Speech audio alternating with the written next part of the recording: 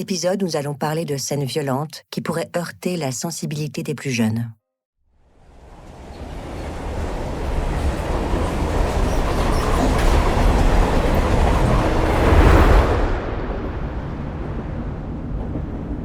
Vladivostok, 21 juin 2012. Cela fait 2 jours et demi qu'il est dans ce train. 4000 km depuis Irkoutsk, au centre de la Sibérie. Mikhail Popkov n'a prévenu personne, ni sa femme, ni sa fille. Il a acheté un billet sur Internet et a quitté son appartement sans se retourner. Il a emporté avec lui son flingue et une boîte de cartouches. Un aller sans retour pour cette ville au bout de la Russie. Un endroit pour disparaître. Le front posé contre la fenêtre, Popkov regarde le paysage. Le train quitte la dernière gare avant sa destination finale. Il est presque arrivé.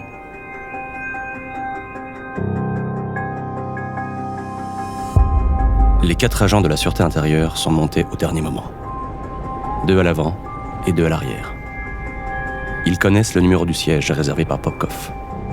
Ils savent qu'il est armé. Les gars de l'antenne d'Irkoutsk ont perquisitionné son appartement la veille et ont donné l'alerte. Ils ont trouvé la réservation faite sur le site des chemins de fer. En revanche, son pistolet n'était plus dans le coffre où il le rangeait.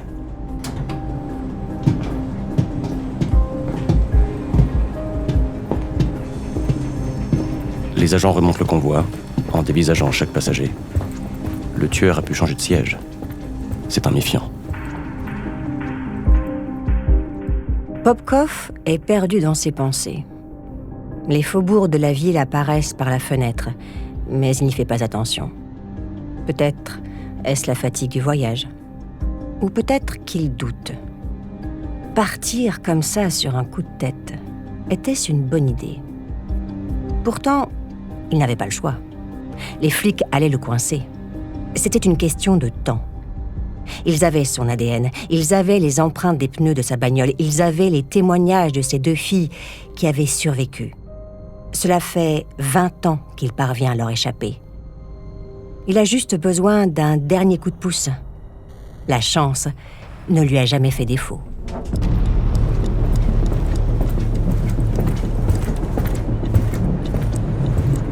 L'agent lève son arme de service. Il pose le canon sur la nuque de Mikhail Popkov.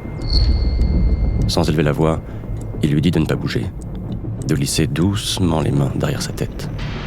Les 3 autres agents se tiennent autour de lui, prêts à tirer. Ils viennent d'arrêter le plus violent meurtrier en série de l'histoire de la Russie.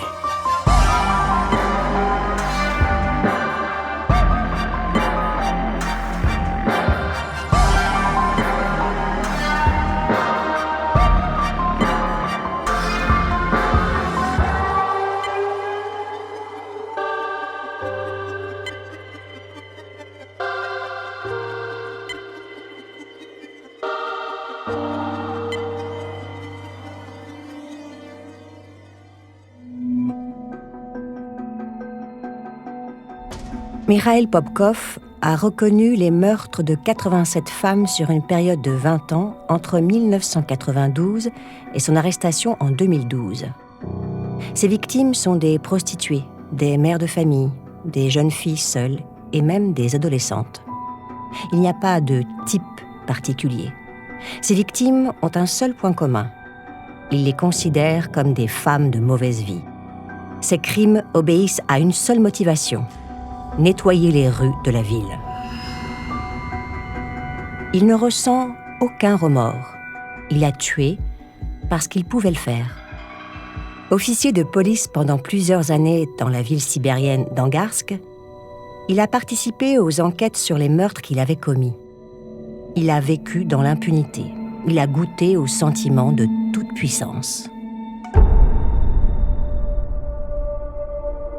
Si Mikhail Popkov a sévi aussi longtemps, cela ne tient pas à une intelligence exceptionnelle, ni à un instinct particulier. Non. Popkov a d'abord profité de l'incompétence chronique de la police et d'un contexte favorable. En 1992, l'URSS n'est plus. La Russie est humiliée. L'économie s'est effondrée. l'État est en lambeaux. Les mafias règnent sur le pays. Trafic de drogue, braquage, corruption à tous les étages. La police est incapable de faire régner l'ordre et la sécurité. À cela s'ajoute le cas particulier d'Angarsk, situé à 40 km d'Irkoutsk. Cette cité du sud de la Sibérie a été construite dans les années 40 par les prisonniers des goulags. Staline en a fait un centre d'enrichissement de l'uranium et de la pétrochimie. Avec la fin des camps de travail, des milliers de détenus sont rendus à la vie civile. Ces hommes endurcis se répandent dans la région comme une maladie contagieuse. Les chiffres de la criminalité explosent. Les agressions, règlements de compte et attaques à main armée sont quotidiennes.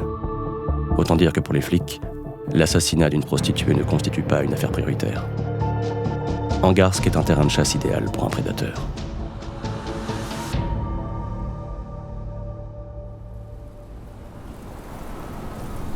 Norilsk, Sibérie du Nord. Cette ville stratégique, située à 300 km au-delà du cercle polaire, est une ancienne cité fermée. Officiellement, elle n'existe pas.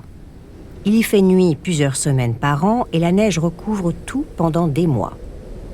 C'est dans ce monde glacial, hostile et sans soleil, que Mikhail Popkov naît le 7 mars 1964. Sa mère ne l'aime pas. Son père fait comme s'il n'existait pas. Les Popkov ne l'ont jamais dit ouvertement, mais ils ne voulaient pas de cet enfant.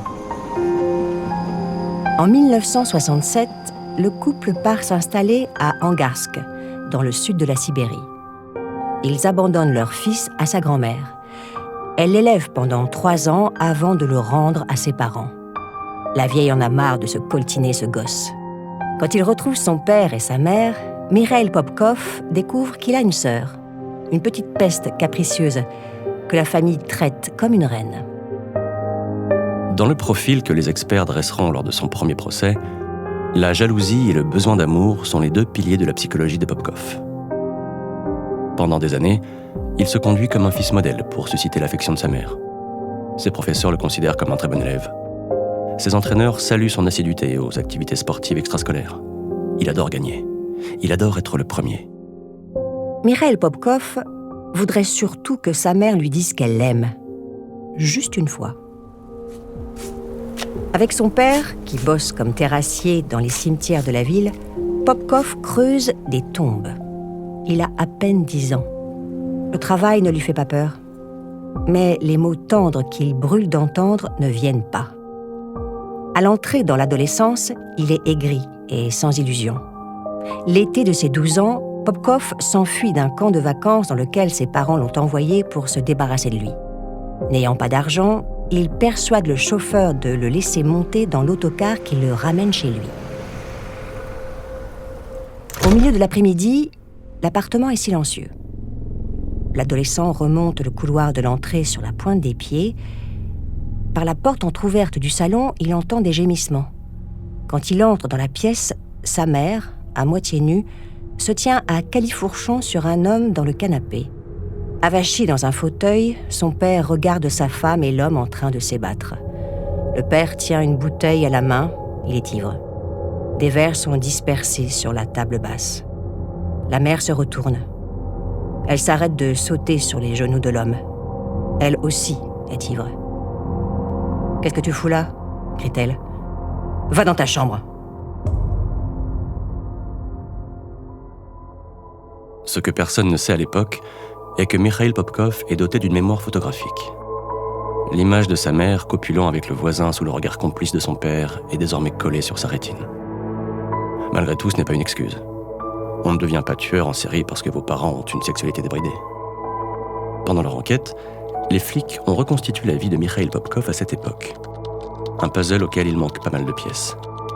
En 1983, après le lycée, il décroche un diplôme à l'école polytechnique d'Angarsk où il apprend la mécanique. Il a une petite amie, mais la patrie l'appelle. 2 ans de service militaire. Affecté en Mongolie dans une brigade de télécommunications, il est chargé de la surveillance radio. Son boulot consiste à intercepter des messages en provenance de l'étranger. En 1985, il rentre à Angarsk. Sa petite amie ne l'a pas attendu. Une usine d'engrais l'embauche comme mécano. Angarsk, 1986. Cela fait 2 heures que Popkov et son pote Sacha sont occupés à vider des verres dans ce bar pourri. L'endroit sent l'alcool frelaté, la sueur et les fertilisants azotés. La plupart des mecs qui viennent picoler dans ce rade bossent dans l'usine voisine. On a beau se laver, l'odeur ne part jamais tout à fait. Elle vous colle à la peau. Elle vous rappelle sans cesse que vous êtes un loser. Popkov ne veut pas ressembler à son père qui se crève à creuser des tombes. Il veut s'élever socialement. Il travaillait bien à l'école. Quand Sacha lui demande ce qu'il compte faire, Popkov lève son verre et répond sans hésiter « devenir policier ». C'est un job que les gens respectent. Un job qui permet de rendre les choses meilleures dans une ville merdique. « Tu veux protéger des gens qui nous exploitent et nous traitent comme des moins que rien ?» demande Sacha. « Non, je veux chasser la crasse dans laquelle cette ville patauge », répond Popkov en vidant son verre.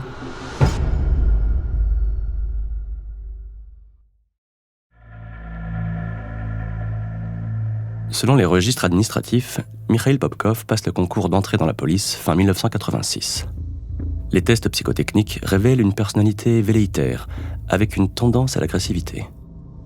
Le rapport note aussi une fragilité morale et un mépris pour les normes sociales. En général, ce genre de signaux d'alerte aurait dû le disqualifier.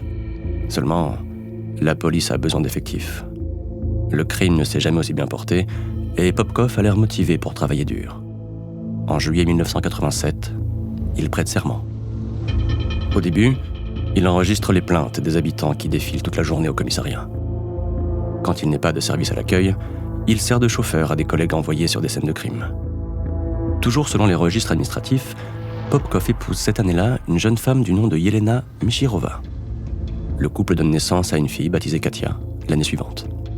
Popkov et sa femme mènent une existence banale, semblable à celle de millions de Russes qui se trouvent soudain pris dans le changement de régime voulu par Mikhail Gorbatchev. C'est l'époque de la glasnost et de la perestroïka, autrement dit d'un assouplissement politique. L'Union soviétique fait l'apprentissage de la démocratie après 60 ans de dictature communiste. L'Occident devient un modèle. L'ouverture sur l'extérieur bouleverse les habitudes et modifie les repères.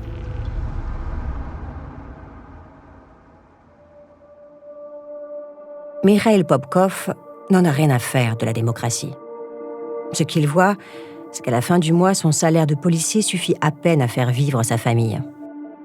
Pour joindre les deux bouts, il est obligé de faire le taxi en dehors de ses heures de service.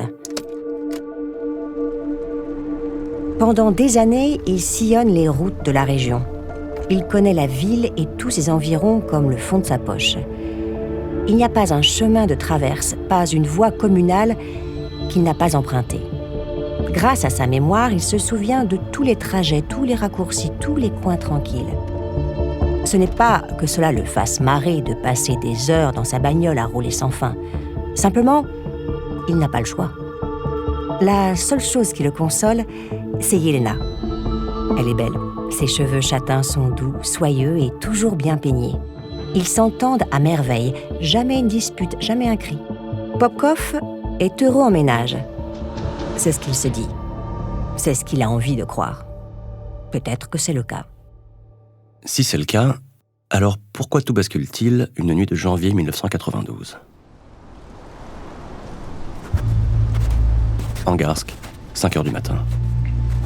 L'obscurité enveloppe la ville. Le soleil ne se lèvera pas avant 3 ou 4 heures supplémentaires. La lumière des réverbères donne une couleur jaunâtre à la neige qui recouvre les rues. Le froid intense accentue le sentiment oppressant provoqué par la nuit.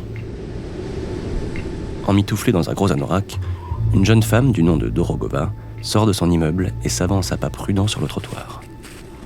Ayant trouvé son équilibre, elle se dirige vers la gare où elle doit aller chercher sa mère.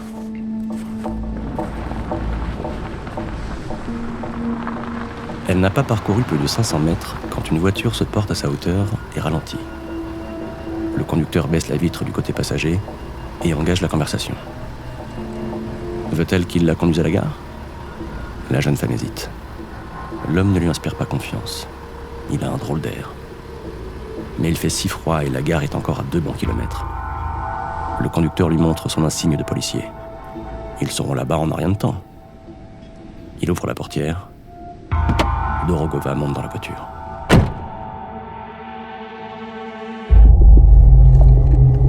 Au début, la discussion est cordiale. Et puis, Popkov commence à poser des questions plus personnelles.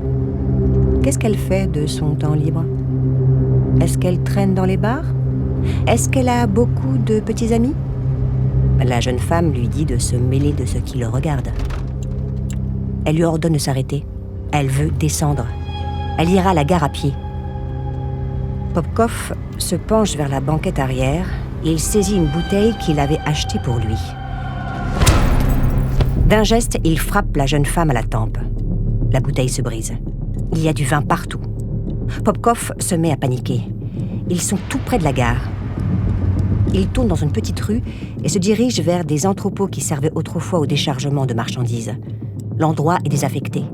Il se gare, sort de la voiture, ouvre la portière passager et sort la jeune femme en la traînant derrière lui.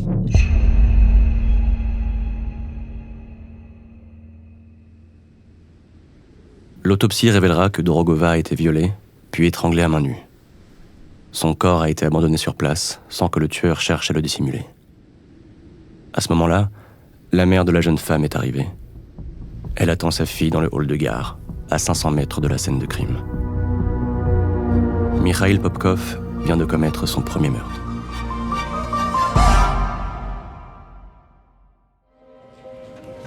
Angarsk, hiver 1992. Cela fait 1 mois et demi que Mikhail Popkov a tué sa première victime. Pendant les jours qui ont suivi, il s'est montré très discret et très prudent. Pas de sortie dans les bars avec les collègues après le boulot. On devient bavard quand on a 1 ou 2 verres dans le nez. Au contraire, il a repris son rôle de père de famille modèle. Retour à la maison dès que son service est terminé. Pas d'heures supplémentaires et pas de taxi pour arrondir la fin de mois. Les flics ont retrouvé le corps d'une jeune femme violée et étranglée dans un ancien entrepôt désaffecté près de la gare ferroviaire. Ils ont essayé de chercher un suspect, mais ils ont vite oublié le dossier pour se consacrer à des affaires plus importantes. Ils ont conclu qu'il s'agissait d'une affaire entre 2 bandes rivales, ou alors une histoire de proxénétisme qui a mal tourné. Retrouver le coupable est impossible. Et puis, si les femmes ne veulent pas se faire assassiner, elles n'ont qu'à rester chez elles la nuit.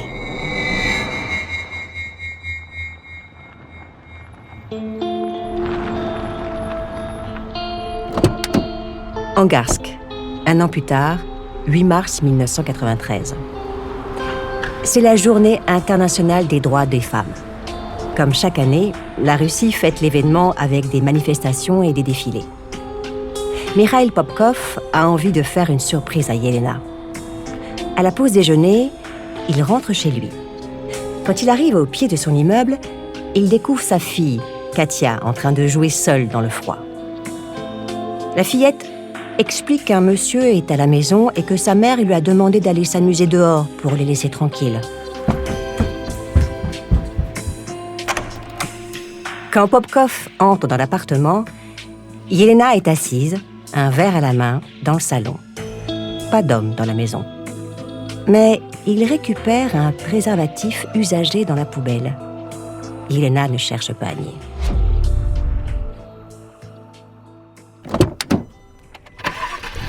Pour les experts psychiatres, la réaction de Popkov à cette trahison demeure un mystère inexplicable.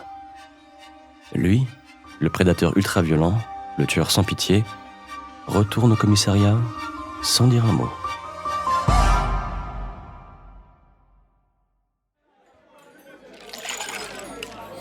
Ce soir-là, Popkov ne rentre pas chez lui. Il passe la nuit à boire. Les verres s'enchaînent. Il en perd le compte. Dans les brumes de l'alcool, il a envie de punir Yelena. Il essaie d'imaginer un châtiment. Chaque fois qu'une idée lui traverse l'esprit, il la chasse. Il a peur des conséquences. Son premier meurtre lui a donné un sentiment qu'il n'imaginait pas. Il se sent invincible. À aucun moment, ses collègues ne l'ont soupçonné. Mais on ne tue pas la mère de son enfant. Cela ne se fait pas.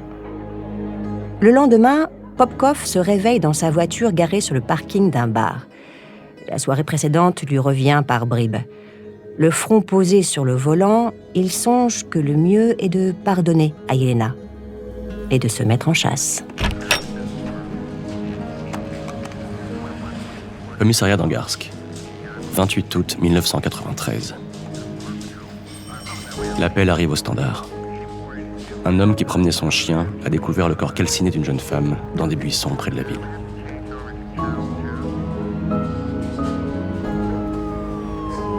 Les premières constatations du légiste sont terrifiantes. Jeune femme, 25-30 ans. La victime a été tuée par une série de coups au visage, probablement à l'aide d'un marteau. Le corps a ensuite été brûlé et abandonné sur place, sans qu'on cherche à le dissimuler. Les analyses de la morgue montrent qu'elle a été violée. Commissariat d'Angarsk, 30 août 1994. Un an plus tard. L'appel arrive au standard. Le corps d'Irina Chotorova est retrouvé dans une forêt bordant un chemin qui mène à une artère principale vers le centre-ville. La mort a été provoquée par une série de coups de tournevis au visage. La victime a été violée et son cadavre a été brûlé et abandonné sur place.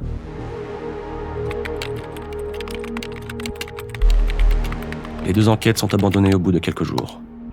À aucun moment, les flics n'imaginent qu'elles aient un lien. Selon eux, il s'agit d'une guerre entre proxénètes ou de règlement de compte entre bandes rivales.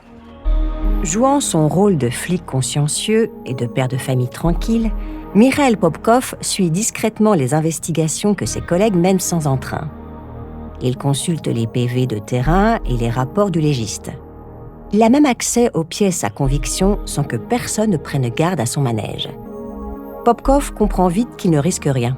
Plus le temps passe et plus grandit en lui un sentiment d'impunité et de toute-puissance. Il a commencé à nettoyer les rues de cette ville. C'est ce qu'il a toujours voulu. Il est en mission. Dans le rapport d'évaluation psychologique établi lors de son premier procès, Popkov est décrit comme un individu capable de distinguer le bien du mal. À l'appui de ce diagnostic, les médecins insistent sur le mode opératoire du tueur.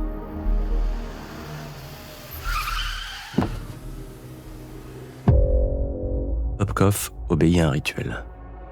Il repère une femme isolée, il lui propose de l'accompagner et gagne sa confiance en lui montrant son insigne de policier. Dans la voiture, il engage la conversation afin de connaître celle qui est assise à côté de lui. Il la questionne sur son quotidien, ses habitudes, ses fréquentations, un peu comme dans un interrogatoire de police. En plusieurs occasions, satisfait des réponses et estimant que la passagère est une femme honnête, il se contente de la conduire à destination sans lui faire de mal. Pour les autres, celles qui ne répondent pas aux critères de Popkov, c'est la mort assurée. À partir de 1995, Mikhail Popkov sombre dans la folie meurtrière. Non seulement il connaît la région comme personne, mais chaque nouveau meurtre lui permet de gagner en confiance.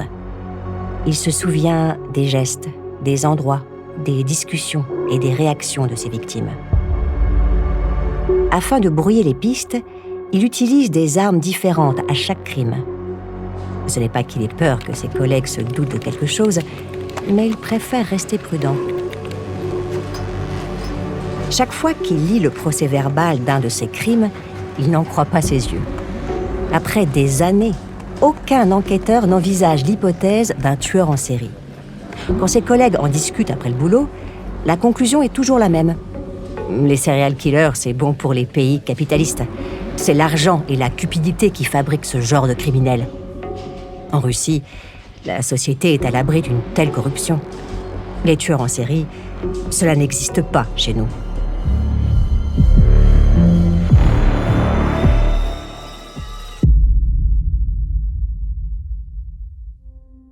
Mais comme tous les types de son genre, Mikhail Popkov finit par commettre une erreur.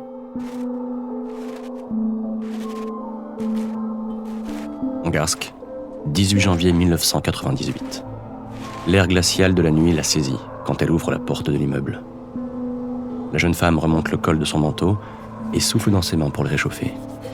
Un nuage de buée enveloppe son visage et s'élève dans la lumière sale des réverbères. Eugenia Protashova n'a pas mal picolé au cours de la soirée. Elle n'a pas vu l'heure tourner. Le dernier tram est passé depuis plusieurs heures. Ses copains se sont collectés pour lui payer un taxi. Mais à cette heure-là, il n'y a plus personne dans les rues.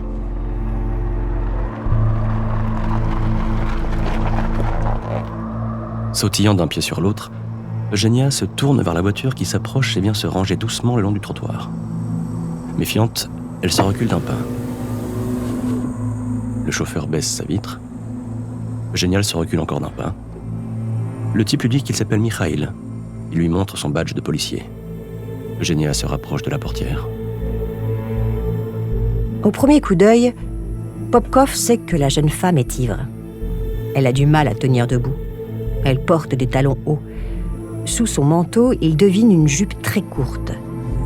Elle vient de faire la fête. « Montez, je vous raccompagne. Il fait trop froid pour marcher comme ça.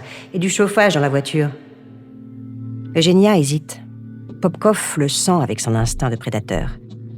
Pour achever de convaincre sa victime, il ouvre la portière. La chaleur de l'habitacle se répand à l'extérieur. Eugenia finit par céder.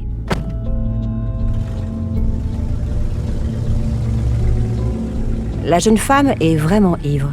Popkov peut sentir son haleine qui remplit peu à peu l'habitacle. Il monte encore le chauffage. Il n'a pas besoin de parler. Pas besoin de vérifier si cette fille mérite de mourir. Il n'a aucun doute. Entre deux hoquets, Eugenia retrouve des éclairs de lucidité. Ce type lui fait peur. Elle retire ses chaussures à talons hauts. S'il doit s'enfuir, elle courra plus vite pieds nus, même dans la neige. Mais bercée par la chaleur de l'habitacle et assommée par la vodka, la jeune femme sombre au bout de quelques kilomètres. Quand elle se réveille, son agresseur se tient au-dessus d'elle. Il l'empoigne par les cheveux et la tire à l'extérieur de la voiture. Ils sont au milieu d'un bois. L'homme la traîne jusqu'à un arbre. Il lui cogne la tête contre le tronc. Eugenia tente de se débattre. Sa tête heurte à nouveau l'écorce durcie par le gel. Elle perd connaissance.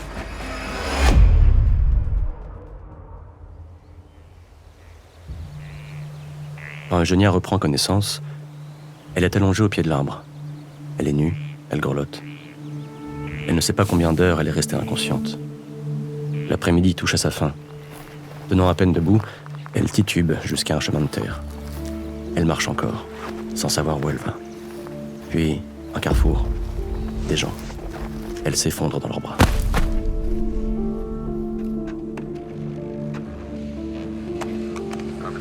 Commissariat d'Angarsk, 20 janvier 1998.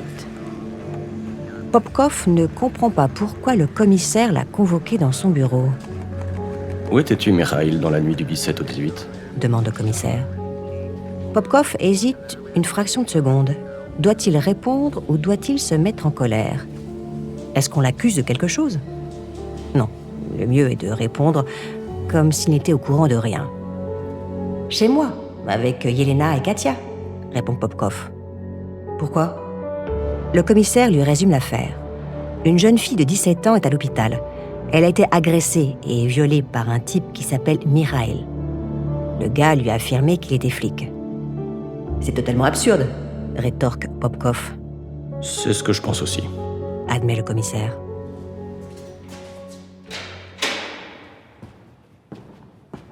Morgue d'Angarsk, 26 janvier 1998. Tenant le dictaphone près de sa bouche, le médecin légiste note ses constatations. Jeune femme, 1m70, 60 kg. Sa carte d'identité indique Svetlana Nisivecheva, 18 ans. Le corps de la victime a été retrouvé dans les fourrés à la périphérie de la ville. Plusieurs ecchymoses au front et à l'arrière du crâne ont provoqué une perte de connaissance. Les coups ont probablement été portés avec une branche. La mort est due aux blessures subies par la victime ainsi qu'à l'hypothermie provoquée par un séjour prolongé dans la neige. La victime a été violée, des échantillons de sperme ont été récupérés. Le légiste met un terme à ces constatations quand le corps posé devant lui est pris de légers tremblements. Aussi incroyable que cela paraisse, Svetlana Nisivecheva n'est pas morte. Quand il apprend que sa dernière victime en date est revenue à la vie, Popkov est pris de tremblements. Il monte dans sa voiture de patrouille et se met à sillonner la région sans but. Il a besoin de réfléchir. Il vient de commettre 2 erreurs en quelques jours. 2 femmes ont survécu. Il s'est montré imprudent. Il s'est cru à l'abri. Pendant des heures, il roule pour tenter de mettre de l'ordre dans ses idées. Il doit se trouver un alibi. 2 jours plus tard, il est à nouveau assis dans le bureau du commissaire. Mikhail, nous avons montré ta photo à la fille qui a miraculeusement ressuscité à la morgue. Commence le commissaire. Pourquoi ma photo ? Demande Popkov. Simple routine. Répond le commissaire qui se pince les lèvres du bout des doigts. Elle t'a formellement reconnu. Quoi ? C'est faux, elle délire. Elle dit n'importe quoi. Cette agression lui a retourné le cerveau. Le commissaire hoche la tête. C'est possible. Vous ne pouvez pas croire ce tissu de mensonges, commissaire. Non, bien sûr que non. Retourne à ton travail, Mikhail. Si l'enquête n'avait tenu qu'au commissaire, elle s'en serait arrêtée là.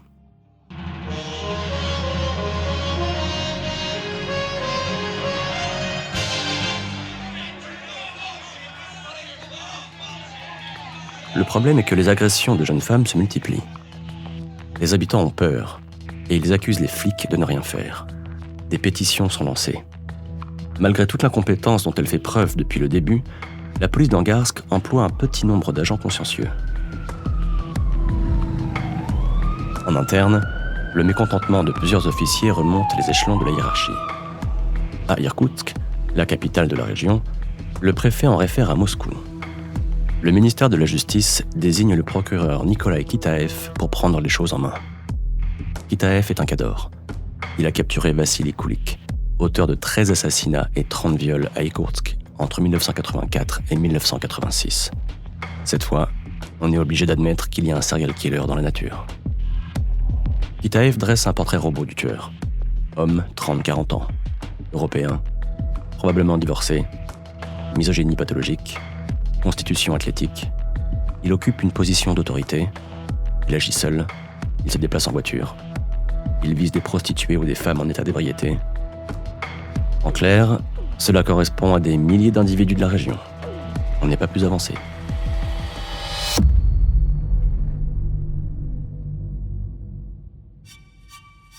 Pourtant, les médecins ont réussi à collecter 3 échantillons de sperme prélevés sur des victimes. Selon les examens, ces échantillons appartiennent à la même personne.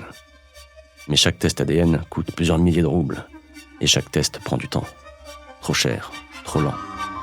De plus, les flics n'apprécient pas qu'on soupçonne l'un d'eux. Ils le font savoir. La grogne gagne la police de toute la région. Et un jour, sans explication, l'enquête est arrêtée.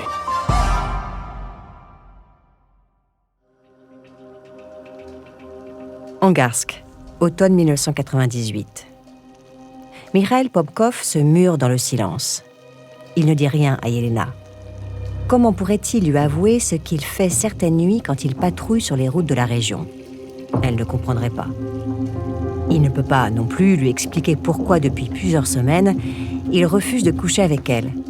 Pourquoi ils n'ont plus de relations sexuelles. Popkov a attrapé la syphilis. En secret, il suit un traitement à base d'antibiotiques. Il a peur de transmettre la maladie à sa femme, mais surtout, l'infection fragilise son métabolisme. Il souffre d'impuissance. Assis à la table de la cuisine, il regarde Yelena préparer le repas. De la pointe du doigt, il gratte une tache de gras sur la toile cirée. Depuis qu'elle l'a trompé, Yelena se comporte comme une épouse exemplaire et dévouée. Quand les flics l'ont convoquée, elle a menti pour le protéger. Face au procureur spécial Nikolai Kitaev, Yelena Popkov affirme qu'elle se trouvait avec son mari les soirs où les agressions ont été commises. Kitaev n'est pas dupe. La jeune femme lui cache la vérité. Il le sait, mais il ne peut pas le prouver. Pendant quelques semaines, Kitaev insiste. Il est convaincu que Popkov est le meurtrier. C'est alors que les flics du commissariat se mettent à grogner. On soupçonne un des leurs à tort ? Inadmissible. L'enquête est stoppée net.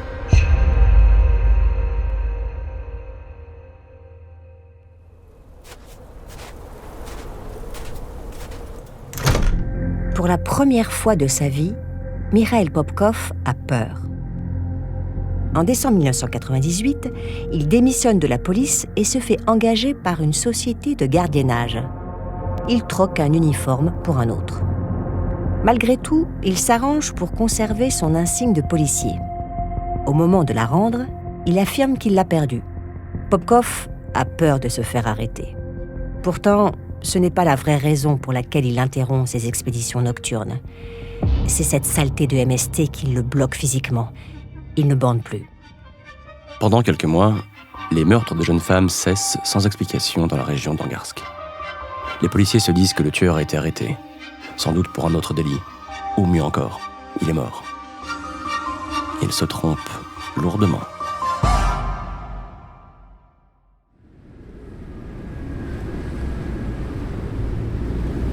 Région d'Angarsk, 2 juin 2000. Mikhail Popkov est guéri. Il s'est remis en chasse. Ce jour-là, il a garé sa voiture sur le parking d'une artère commerçante de la ville. Assis au volant, il écoute la radio en scrutant les rues adjacentes. La chaleur de la journée s'est dissipée avec l'obscurité. Un air doux entre par la fenêtre ouverte. Une nuit idéale pour trouver une proie. Dans son rétroviseur, il aperçoit 2 femmes qui remontent le trottoir en riant. L'une tient une bouteille à la main. Elles vont faire la fête quelque part. Popkov démarre la voiture et, effectuant un demi-tour, se porte à la hauteur des 2 femmes. Quand il était policier, Mikhail Popkov s'était constitué tout un attirail. Il avait récupéré des armes confisquées à des petits voyous. Des couteaux, des haches, des pelles ou encore une batte de baseball. Ces armes intraçables lui servaient à commettre ses crimes. Il se contentait ensuite de les enterrer quelques kilomètres plus loin.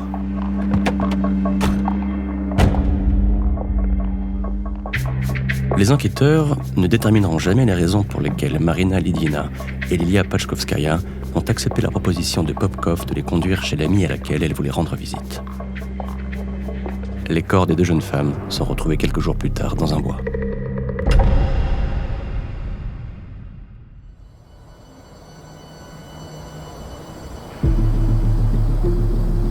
Popkov conserve un souvenir très précis de ce qu'il se passe cette nuit-là. Il frappe la première jeune femme avec la batte de baseball. Elle s'écroule à ses pieds. Profitant d'un instant d'inattention du tueur, la seconde jeune femme tente de s'enfuir en courant. Popkov la rattrape et la poignarde.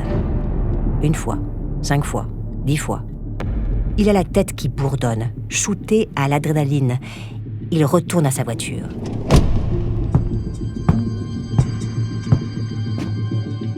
De retour à l'appartement, Popkov se rend dans la chambre de sa fille Katia, qui dort. Il caresse ses cheveux sans la réveiller. Il l'aime de tout son cœur. C'est quand il accroche sa veste au porte-manteau qu'il se rend compte qu'il a perdu son insigne d'ex-policier. En panique, il ressort de l'appartement. Il n'avait jamais agressé 2 victimes en même temps. Il a été dépassé par les événements. Cette erreur peut lui être fatale. Serrant le volant de toutes ses forces, il fonce vers les bois. Quand Popkov revient sur les lieux de son crime, il fait grand jour. La première jeune femme est encore vivante. Elle respire faiblement.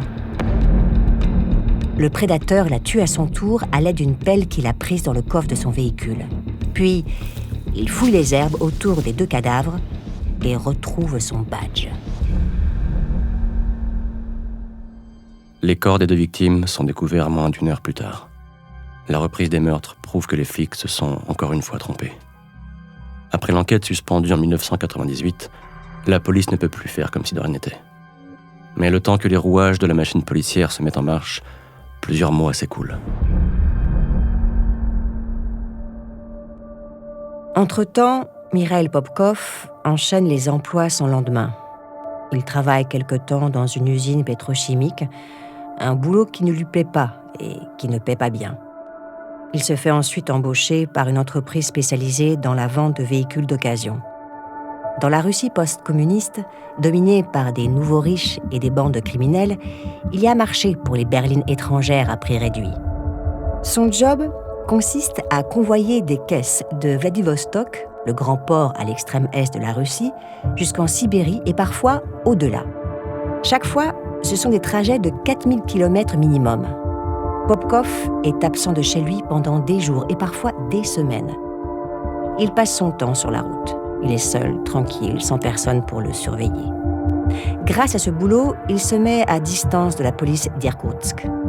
Mieux encore, il trouve un nouveau terrain de chasse, un terrain sans limite qui s'étend à l'infini, un terrain qu'il peut sillonner à sa guise entre deux livraisons, un terrain où il est un parfait inconnu.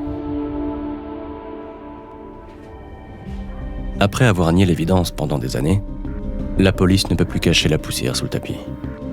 Elle doit agir et mettre la main sur le loup-garou d'Angarsk, comme l'a surnommé la presse russe. Ne faisant aucune confiance aux flics locaux, le procureur général d'Irkoutsk envoie sur place une équipe de 3 commissaires spécialisés dans la traque des tueurs en série. Mais cela signifie repartir de zéro.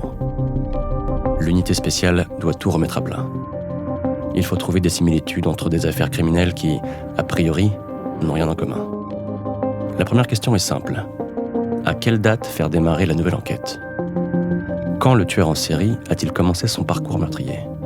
Qui a été la première victime ? Ensuite, où chercher ? S'est-il cantonné à la région ou a-t-il frappé dans d'autres endroits ? Enfin, existe-t-il un mode opératoire commun à certains crimes ? Les enquêteurs doivent aussi prendre en compte que certaines victimes n'ont pas été retrouvées. Leur disparition n'a pas été signalée. Personne ne s'est soucié de leur sort. Malgré toutes ces inconnues, les enquêteurs parviennent à compiler une liste de suspects. En 3 ans, ils recensent 30 000 noms, rangés par ordre alphabétique. La criminalité née de la chute de l'Union soviétique continue de gangréner la société russe. Mettre la main sur le coupable va prendre des années.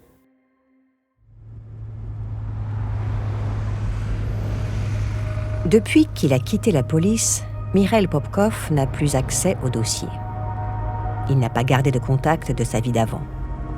Quand il a rendu son uniforme, il a tourné cette page de son existence. De temps à autre, il lit un article dans la presse locale.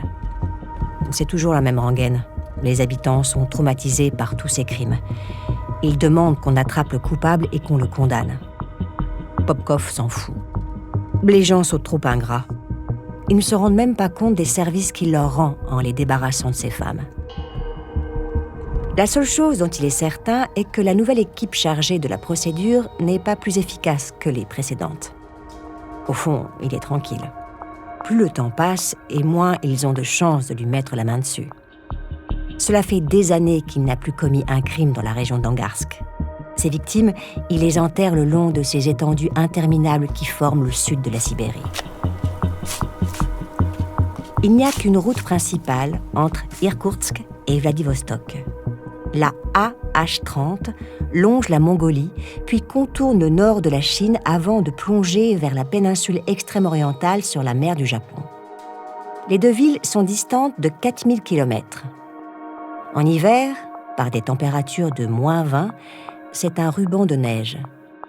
Au printemps, c'est un tapis d'asphalte boueux. En été, la poussière. Il faut 52 heures pour parcourir la distance sans s'arrêter. En réalité, Popkov met souvent 4 ou 5 jours pour convoyer les voitures qu'on lui confie. Il n'y a pas de grandes agglomérations le long de cette route sans fin, mais des centaines de petites localités. Autant d'endroits où il peut s'arrêter, autant d'endroits où il peut chasser. Bien que les enquêteurs se montrent consciencieux, les progrès sont maigres. La procédure n'avance pas. Alors, la sécurité intérieure, le FBI russe, se décide à prendre la main en 2005. Les fédéraux adoptent une approche différente. Ils décident de reprendre le dossier de Svetlana Nisivecheva et d'interroger à nouveau la jeune fille qui avait survécu par miracle à son agression. Placée sous hypnose, Nisivecheva confirme que le tueur était un policier. Cette fois, les flics la croient. La liste de 30 000 suspects, qui comporte des criminels et des individus connus de la police, est ramenée à 3500 noms. Cette liste ne concerne que des flics en activité ou ayant quitté le service au cours des 10 dernières années, dans l'ensemble du pays. Les fédéraux établissent aussi une fourchette de temps. Ils font démarrer les assassinats au début des années 90, peu avant ou peu après l'effondrement de l'URSS.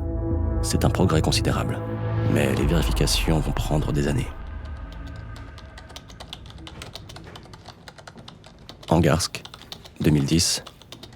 5 ans sont nécessaires pour réduire cette liste de 3500 à 589 noms, parmi lesquels figure celui de Mikhail Popkov. Une nouvelle comparaison d'empreintes de pneus prélevées sur plusieurs scènes de crime est effectuée. Les clichés sont digitalisés et agrandis grâce à des logiciels de traitement d'images. Non seulement ces empreintes sont similaires, mais les experts établissent qu'elles appartiennent à une Lada Niva. Or, ce type de 4x4 est fréquemment utilisé par les patrouilleurs de police. Sibérie, mars 2012. Malgré toute sa prudence et malgré sa mémoire photographique, Mikhail Popkov sait qu'il a commis de nombreuses erreurs. Au début, il a suivi de près les enquêtes. Il a enfoui les armes employées et il a brouillé les pistes en volant des pièces à conviction pour tuer. Mais cela n'a pas suffi. Quand il y pense, il n'a pas fait attention aux empreintes de sa voiture. Cela ne lui est pas venu à l'esprit. Quant au test ADN, il n'existait quasiment pas quand il a commencé à tuer. Mikhail Popkov roule, plongé dans ses pensées. Ses yeux scrutent les étendues neigeuses sans fin. Il rentre à Angarsk. Sa femme l'a appelé sur son téléphone portable avant qu'il quitte Vladivostok. Un courrier officiel est arrivé. Il est convoqué au commissariat pour un interrogatoire. Popkov ne sait pas s'il doit être inquiet ou s'il doit rester confiant. La dernière fois qu'ils l'ont interrogé, ils n'ont rien pu prouver. C'était sa parole contre cette saleté de bonne femme. Bien sûr, il était flic à l'époque. Il avait de l'autorité. Il ne porte plus l'uniforme aujourd'hui. Mais qu'est-ce que ça change ?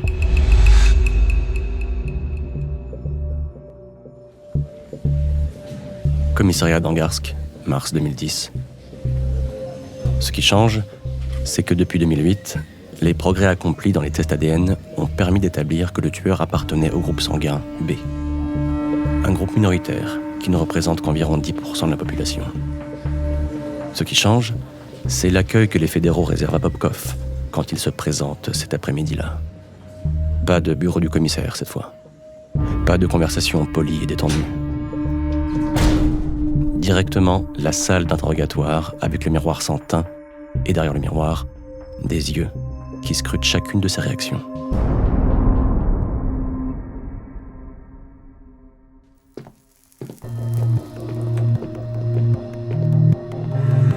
Assis sur une chaise en métal, les mains posées sur une table grise et froide, Popkov écoute le flic chargé de l'interroger. Le prédateur se sentait en confiance quand il a poussé la porte du commissariat. Plus le flic parle et plus cette confiance l'abandonne. Ses muscles se tendent, ses idées se brouillent. Il a du mal à se concentrer. Pourtant, le flic parle doucement en laissant le temps à Popkov de comprendre ce qu'il lui dit. 589 suspects classés par ordre alphabétique. Des tests ADN depuis près de 2 ans en suivant la liste. Aujourd'hui, on est à la lettre P et c'est donc au tour de Popkov d'ouvrir la bouche pour qu'on recueille un petit échantillon de cellules épithéliales.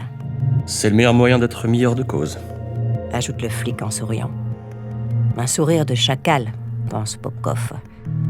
Il recule au fond de sa chaise. Il a envie de se lever et de quitter la pièce. Il s'essuie le front du revers de sa manche et il dit « Tout cela est inutile. Je suis un ancien policier, j'ai toujours fait mon travail de manière consciencieuse. Vous pouvez vérifier mes états de service. » Le flic lui répond qu'il a vérifié et sort le bâtonnet de prélèvement buccal. Une formalité. Ce sera fini dans 2 secondes. De nouveau, le sourire de chacal. Popkov baisse la tête. Ouais, dans 2 secondes, tout sera fini, pense-t-il.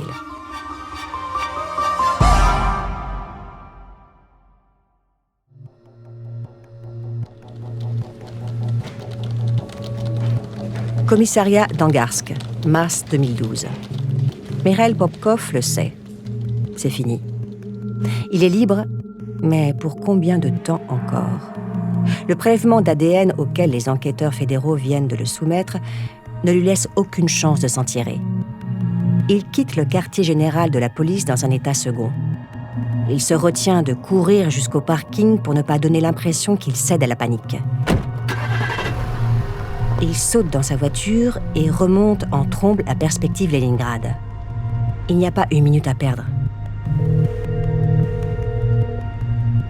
En chemin, il appelle un avocat qu'il connaît. Il a besoin de le voir tout de suite. 10 minutes plus tard, il est assis en face d'un type qui ressemble à un marchand de tapis. Popkov ne peut pas lui dire la véritable raison de sa visite. Alors il lui présente les choses sous un angle qui l'arrange. Les flics l'ont forcé à faire un test ADN. Ils vont lui coller sur le dos les meurtres de toutes ces femmes, celles qui ont été assassinées il y a plus de 10 ans. C'est un complot pire qu'à l'époque de Staline. Dans sa précipitation, Popkov n'a pas remarqué qu'un flic le suivait depuis sa sortie du commissariat. L'interrogatoire n'a fait que renforcer les soupçons des flics. Sa visite chez l'avocat confirme qu'ils ont vu juste. Mais pour le coincer, ils ont besoin de preuves irréfutables. Ils ne peuvent pas commettre encore une fois la même erreur. Les fédéraux mettent en place une filature de Popkov.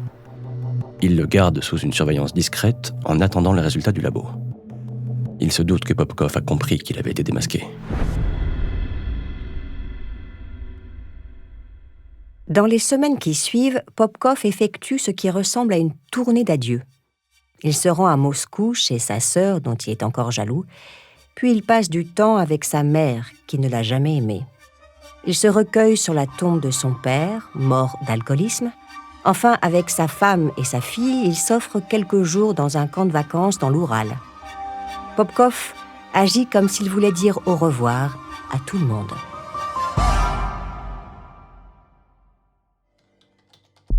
Angarsk, dimanche 17 juin 2012. Sur le site de la RJD, la compagnie des chemins de fer russes, Mikhail Popkov réserve un aller simple pour Vladivostok. Il est seul dans l'appartement familial en ce dimanche après-midi.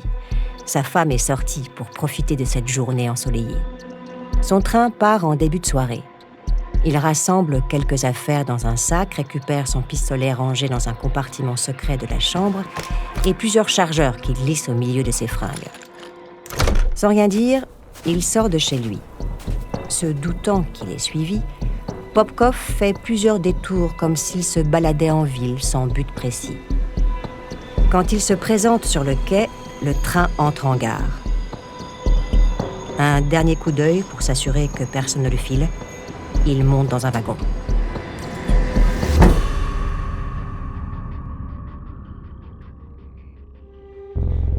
Angarsk, mardi 19 juin 2012. Les résultats du test ADN arrivent le lundi en milieu de journée. Pas de doute. Mikhail Popkov est le loup-garou d'Angarsk. Les fédéraux demandent un mandat d'arrêt et un mandat de perquisition. Le juge signe les deux immédiatement. Quand il se présente le jour suivant à 6h du matin, Yelena Popkov dort encore. Ce sont les coups à la porte qui la tirent du lit. Les flics pénètrent dans l'appartement et commencent à tout retourner. Yelena dit qu'elle n'a pas vu son mari depuis 48 heures. Elle ne sait pas où il est. Il est parti avec des affaires et aussi avec un pistolet. Leur atelier est vide. Elle leur donne le mot de passe de l'ordinateur portable. La boîte mail révèle aux policiers où se trouve Mikhail Popkov. Ils ont même les numéros de la place et du wagon. Dans le train qui roule vers Vladivostok.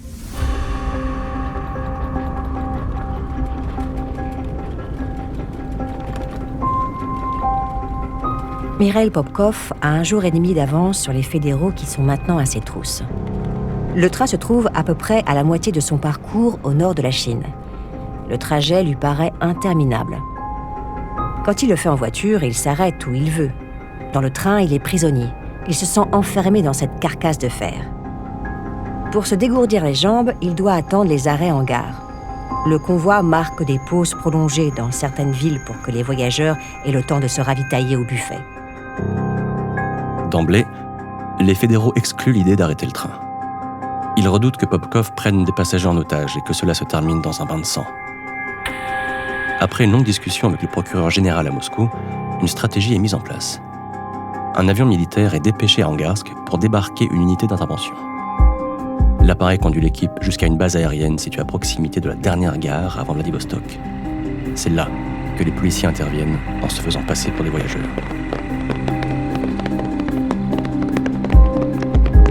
L'équipe d'intervention est réduite à 4 hommes pour éviter d'attirer l'attention. 2 montent dans le wagon de tête et 2 dans le wagon de queue. Ensuite, flingue à la main, ils remontent doucement le convoi, vérifiant chaque passager pour prendre Popkov en tenaille.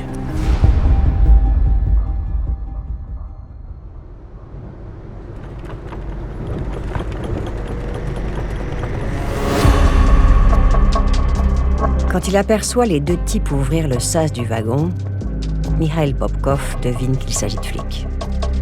D'un bond, il se lève de son siège pour attraper son sac posé sur le porte-bagages. Il n'a pas le temps d'ouvrir la fermeture éclair. Il sent le canon d'un flingue se poser sur sa nuque. Autour de lui, les passagers écarquillent les yeux comme des soucoupes. Pourtant, personne ne crie. Il leur faut un moment avant de comprendre ce qui se passe. Popkov s'assoit lentement sur son siège et croise les mains derrière sa tête. Sans protester, il se laisse passer les menottes. Il reste un peu plus d'1 heure avant d'arriver au terminus. Vladivostok, dépôt de la préfecture de police. Les fédéraux ont décidé de mettre Mikhail Popkov au frais pendant quelques jours. Il sera rapatrié à Angarsk plus tard. Les flics veulent battre le fer pendant qu'il est chaud. Ils veulent profiter de l'abattement que ressentent certains criminels au moment de leur capture. Ils entendent aussi exploiter au maximum le choc de l'arrestation pour obtenir des aveux. Dès que Popkov sera ramené en Sibérie et qu'un avocat sera présent pour le conseiller, il jouera la montre. Les policiers le savent. Le premier interrogatoire se déroule étonnamment bien. Popkov se montre coopératif. Les fédéraux sont en position de force et profitent de l'avantage. Les 3 échantillons de sperme récupérés sur 3 des victimes dans les années 90 ont confirmé que l'ADN était celui de l'ancien policier. Nier l'évidence est la chose à ne pas faire. Popkov en est conscient. Alors il accepte de parler, histoire de gagner du temps. Oui, il est l'auteur des 3 meurtres dont il est soupçonné. Cela remonte à très longtemps, pourtant il se souvient de tout. Voulant faire preuve de bonne volonté, il raconte les 3 soirées en détail. Comment il s'est mis en chasse, comment il a abordé ses victimes et ce qu'il leur a fait ensuite. Les récits sont abominables. Cela n'empêche pas Popkov de se justifier. Il s'agissait de femmes qui se comportaient mal, dit-il. Elles buvaient et elles se prostituaient. Il n'aurait jamais agressé une femme comme il faut. D'ailleurs, il a souvent raccompagné chez elles des femmes honnêtes sans leur faire de mal, juste pour leur rendre service. Cela faisait partie de sa mission de policier, s'assurer que l'ordre régnait dans les rues de la ville. Les fédéraux peuvent comprendre une chose comme ça, non ? L'ordre, cela doit leur parler. Avec ses premiers aveux, les enquêteurs ont assez d'éléments pour traduire Mikhail Popkov en justice et s'assurer qu'il sera condamné. Il le ramène en Angarsk, et là, l'attitude de Popkov change de manière radicale. Il a dit tout ce qu'il avait à dire. Désormais, il s'enferme dans le silence. Les enquêteurs ont la conviction que Popkov a fait plus que 3 victimes. Leur instinct leur dit que ces crimes se comptent à une dizaine, peut-être même à plusieurs dizaines. Seulement, ils n'ont pas d'éléments pour étayer leur intuition. Ils doivent reprendre chaque dossier, trouver des similitudes, recouper des données et poursuivre les interrogatoires. La procédure dure 2 ans et demi. Au fil des confrontations, Popkov avoue de nouveaux crimes. 1, 2, 3, 5, 10, 15, 20, 22.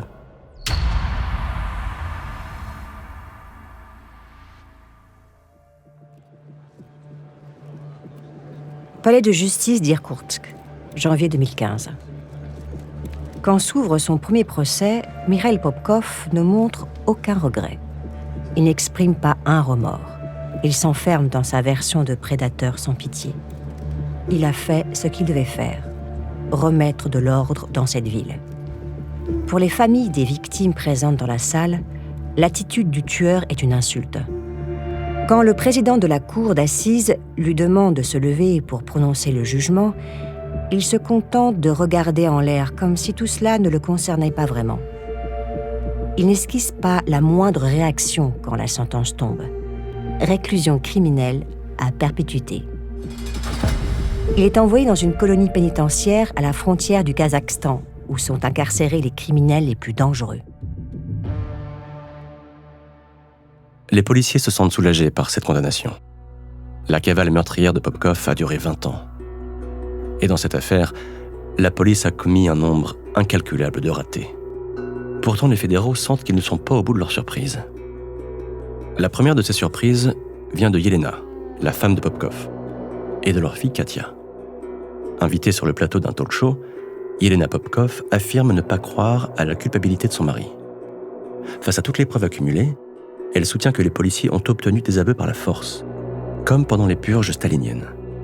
Elle soutient qu'elle s'est toujours sentie en sécurité avec Mikhail Popkov.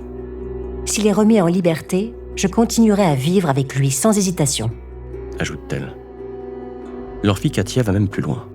Elle annonce qu'elle va reprendre l'enquête qui a conduit à la condamnation de son père et qu'elle va démontrer son innocence. Pour les experts psychiatres, la mère et la fille sont touchées par une dissonance cognitive. Selon ce concept, certaines personnes sont incapables d'admettre la contradiction entre des faits réels et leurs convictions. Cette contradiction entre alors en conflit avec un besoin de logique. Pour retrouver une logique, ces personnes nient la réalité.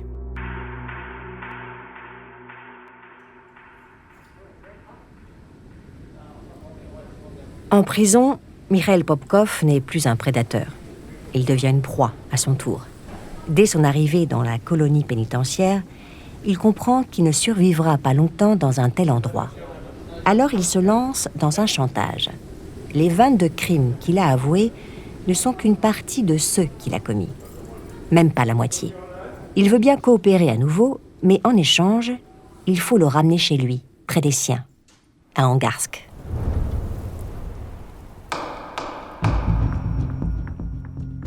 Le procureur général n'a pas le choix. Le transfert de Popkov est organisé vers Irkoutsk. Les interrogatoires reprennent. Des heures et des heures de témoignages enregistrés, puis classés dans des dossiers. Des reconstitutions sur les lieux. Les policiers sont effarés. Le tueur se souvient de tout, ou presque. L'abominable liste des assassinats commis par Mikhail Popkov ne cesse de s'allonger. Au bout de 3 ans de procédure, en décembre 2018, elle compte 56 noms, uniquement des femmes. Cette même année, un tribunal le condamne à une nouvelle peine de prison à perpétuité, s'ajoutant à la première.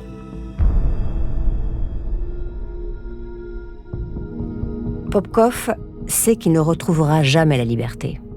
Alors il poursuit un jeu macabre qui lui procure une intense satisfaction. Il avoue, petit à petit, de nouveaux meurtres. Il regarde les policiers ouvrir de nouvelles enquêtes, chercher les cadavres de nouvelles victimes disséminées à travers toute la Sibérie. Entre 2018 et 2021, il révèle une trentaine de meurtres supplémentaires pour atteindre le total effroyable de 81 féminicides. Une nouvelle condamnation tombe. 9 ans et 8 mois de prison. Cela n'a plus aucune importance. Alors il continue à lâcher des aveux. 3 nouveaux meurtres lui valent une 4e condamnation en novembre 2023. Interrogé par des journalistes au début de 2023, Mikhail Popkov se paie même le luxe d'une nouvelle provocation. Il affirme qu'il va postuler au service volontaire obligatoire. Ce régime mis en place par Vladimir Poutine accorde à des criminels une amnistie en échange d'un engagement comme soldat combattant dans la guerre en Ukraine. Popkov dit qu'il souhaite rejoindre la milice Wagner, dont le chef, Evgeny Prigojine, fait la tournée des prisons pour trouver des recrues. Mais la demande de Popkov n'est pas retenue. Il reste incarcéré à Irkoutsk. En janvier 2024, le pire tueur en série de l'histoire de la Russie est transféré d'Irkoutsk à Torbievski, dans la République de Mordovie, un trou paumé à 400 km à l'est de Moscou, au milieu de nulle part. Restent 2 questions. Mikhail Popkov a-t-il révélé tous ses crimes? Et sinon, a-t-il l'intention de le faire avant de mourir? Ou dans un ultime geste sadique, prévoit-il d'emporter dans sa tombe ses épouvantables secrets?